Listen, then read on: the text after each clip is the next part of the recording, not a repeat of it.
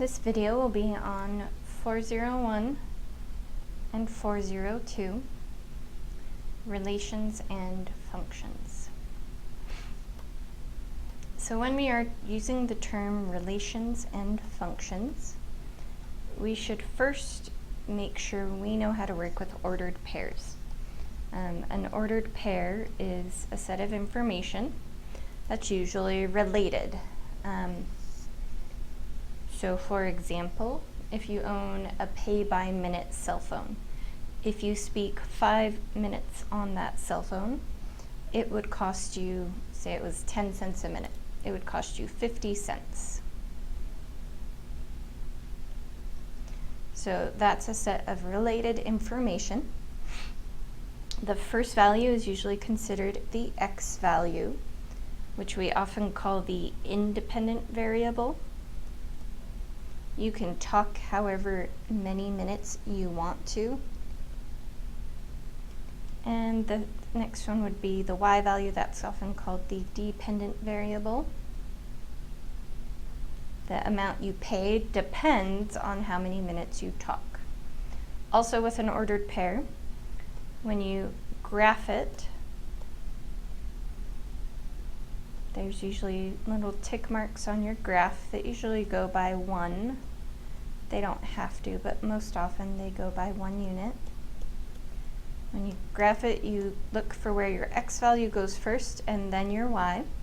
X was 5, y was 0.5, so starting from the center, we would have to count right 5 spaces and up half a space. We don't quite make it up to where the tick mark would have come over and crossed it. So a relation is a whole bunch of ordered pairs.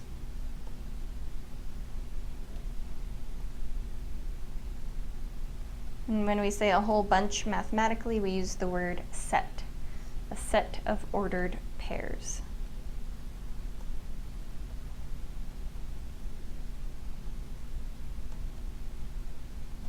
So if we kept that same idea, we have 5, 0.5. If we spoke 10 minutes, again assuming just 10 cents a minute, if we spoke 10 minutes, that would be $1, so 10, 1.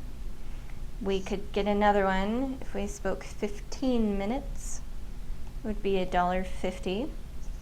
And when we have an actual word, we usually call them word problems, real life situation, I could keep listing these forever. Let's just stop with 3 and say, okay, that is our relation. That is our set of ordered pairs. So whenever you talk about a set, you use these little brackets I drew on. That just means that's a whole bunch of ordered pairs that have a relationship to each other. They need to be grouped together. So in your ordered pairs, the x values is called the domain.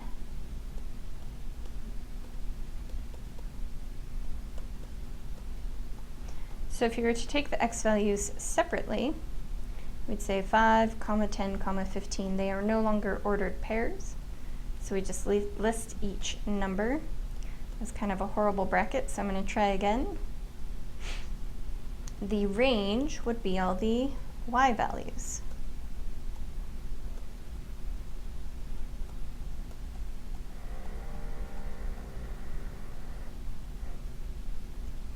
So in this case, 0.5. You don't have to put the 0 in front. Sometimes I do, sometimes I don't. 1 and 1.5.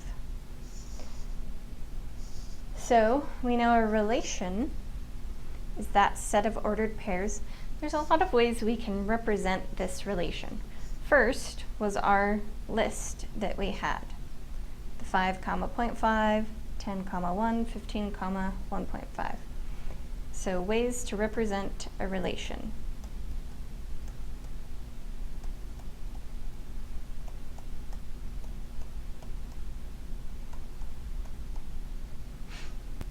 I'm going to rewrite our relation from the last page.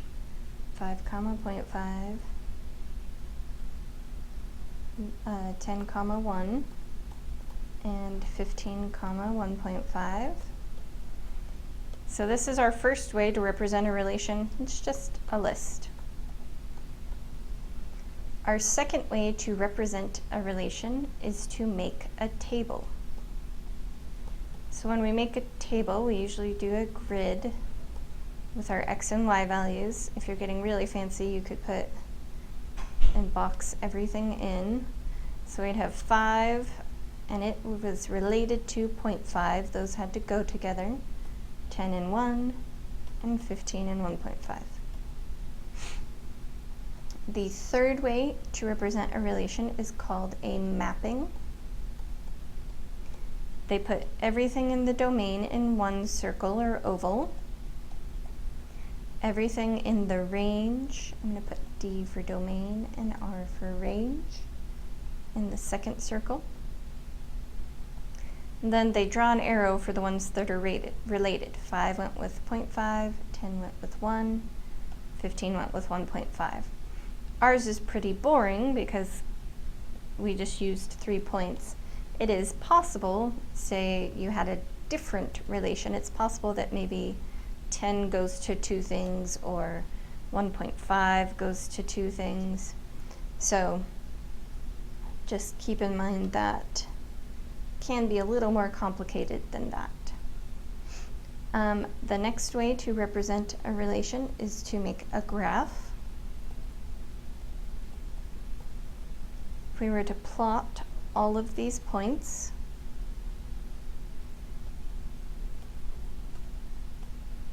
I'm going to run out of room because I'd have to go all the way to 15. So I'm going to go by 5. So I'm going to say this first tick mark is 5, next one is 10, next one is 15. But in the other direction, I'm going to still go by 1. So if I were to plot the first point, we had 5 that went with 5, or 0.5. So we went right 5 and up a half. Then 10 went with 1, so from the center we count right 10, up 1. 15 went with 1.5, so right 15, up 1.5. If this were an equation, we'd connect the dots. Since it's a relation and they didn't say we know what happens in between those points, we just leave it as the points. The last way is to actually find an equation. Now that can be pretty hard to do. For this particular one, it would be y equals 0.1x. Finding the equation itself is really something you will do later on. So that is what the equation is. We'll find in other sections how to actually get what the equation would be. So all of these are relations. Now, within a relation, you can have something called a function. A function, and the reason we even want to know about functions is they have some special properties that make them easier to work with. So we like functions more than if it were just a relation.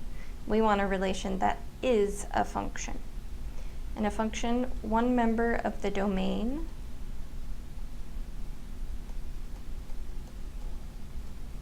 is only mapped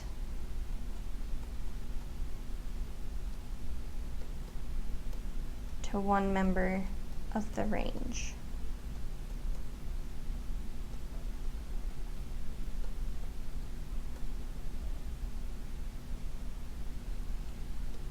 So that's kind of our mathy way to say it.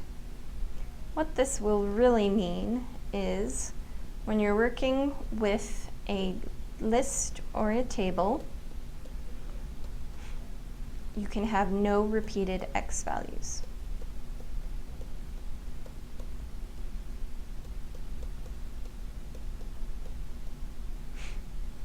When you are working with a mapping, you can have only one arrow coming from each x value, or going towards each x value. It depends on which way you're looking at them.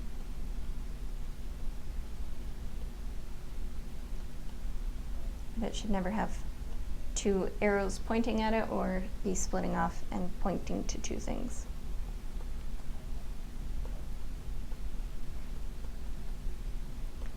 And for a graph, you have what's called the vertical line test.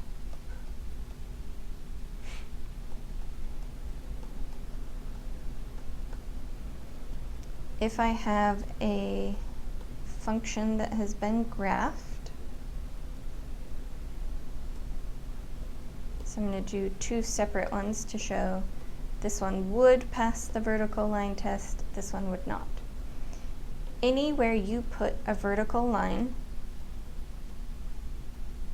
I mean, you can check a lot of different spots, but no matter what spot you put it, it only hits the graph once. I'm going to put the graph in a different color just so you can see that it's separate from the axes. Whereas if you go to the other one and you put a vertical line, it ends up passing through the graph 2 times.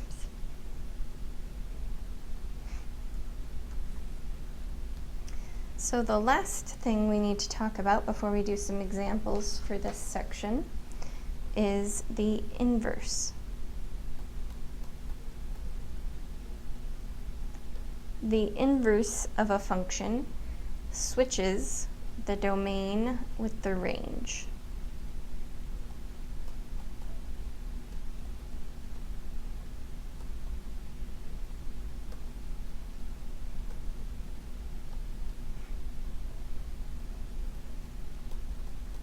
For example, if I had the points 1, 1, 2, 4, 3, 7, and 4, 10. First, let's identify what the domain is. The domain is all the x values. So 1, 2, 3, and 4. The range is all the y values. So 1, 4, 7, and 10. Now, to find the inverse, we would flip those, and we usually just do that point by point. The first point, if we flip them, nothing's going to change, but if we flip the second point, we would get 4, 2, or 7, 3. So we'd have an inverse of 1, 1. We flip the 4 and the 2, 4, 2. Flip the 7 and the 3. And flip the 10 and the 4. So now you notice all of the x values were the range before. Now they are the domain. The domain of the inverse is 1, 4, 7, 10. That was the range of the original function. The range of the inverse would be the domain of the original function. And then I say this is a function, but I should double check first. So my original relation, we look at the x values. If any of the x's repeat, it is not a function. If there are no repetitions, this one is a function.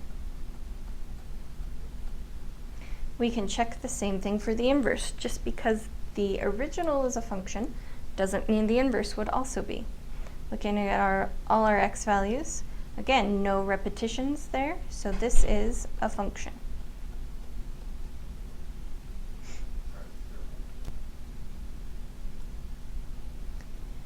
So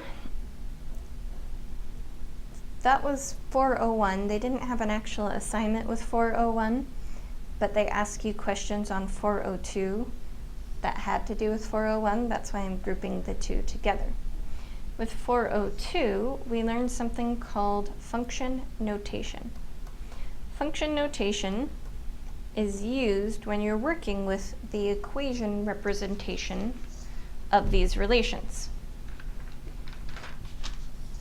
So when we are working with the equation representation, There's a lot of different ways to write equations. We're going to stick with some pretty basic ones. So let's say I have y equals 2x minus 5. Now this kind of equation is always a function. There's ways to tell, but there are so many different types of functions. Just know that if it says y equals, and then you can change the numbers, but it has an x over here, it's a function. So when we do this, if I want to find a y value, I can pick my x values. Let's say I want to know when x equals 1, what would y equal? We did it with our minutes thing. I said, well, I want to know what happens at 5 minutes, how much do I pay? What happens at 10 minutes, how much do I pay? So I picked the amount of time I wanted to work with. Here I'm going to pick just a random x value, I said 1, and we'd have to go plug it in to find the y value. I'd say, okay, I'm going to move this x value to the side so I can write underneath. Say 2 times, there's really an invisible multiply sign between the two. 2 times 1 minus 5. Order of operations says we have to multiply before we minus. 2 times 1 is 2. 2 minus 5 is negative 3. Now, mathematicians said, because I couldn't just write x equals 1 here, I'd really have to write a whole equation about, or sentence to get you to do this. I'd say, find y when x equals 1. So they were like, I don't want to write a whole sentence, I want a different way. So what they decided to do is instead of the letter y here, they decided to write f of x. They're saying a function where the independent variable is x. Now if they wanted to ask you the same question, instead of having to write a sentence about it, they can just say find f of 1. That would ask us to do the same thing as up above. So let's say we know f of x, and it doesn't have to say f. I could say h of x. That's still saying a function, the function h with the variable x. And I could say find h of negative 2. And we would just go plug that in. 3 times negative 2 is negative 6. Now we can take these and get a little more complicated. What if we have 2 functions?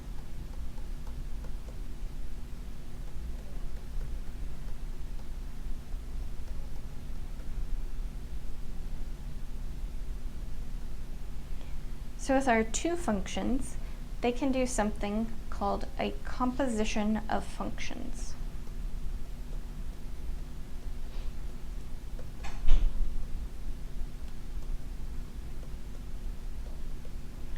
So they would write it like this. And you say it f of g of x. That should have been a quotation at the end. So what it is going to ask us to do is it's going to ask us to find g. Now, again, they're going to use more mathematical words. We're going to find the output of g.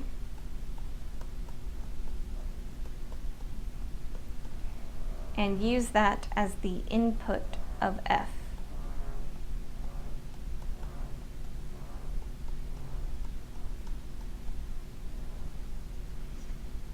So using those functions, f of x and g of x, I'm going to copy them, use them down below.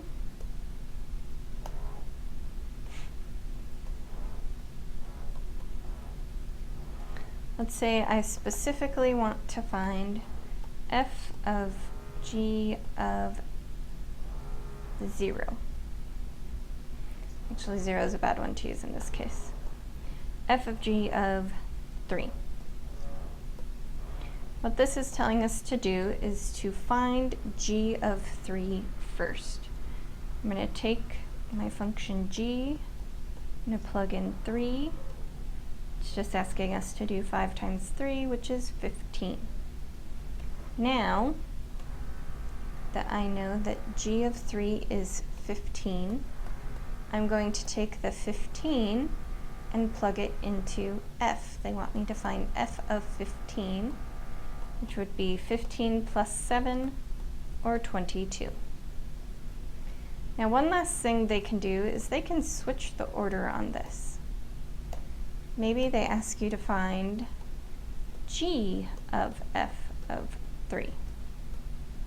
Now it's telling you to start with f of 3, and once you get that output, plug it into g. So I'm going to plug 3 into the x plus 7, which is 10. And then I'm going to find g of 10, because f of 3 was 10. Plugging 10 in, we have 5 times 10, which is 50. So the order really matters on these. They can really change what your answer is going to be if you switch the order. So that concludes our discussion on relations and functions notation.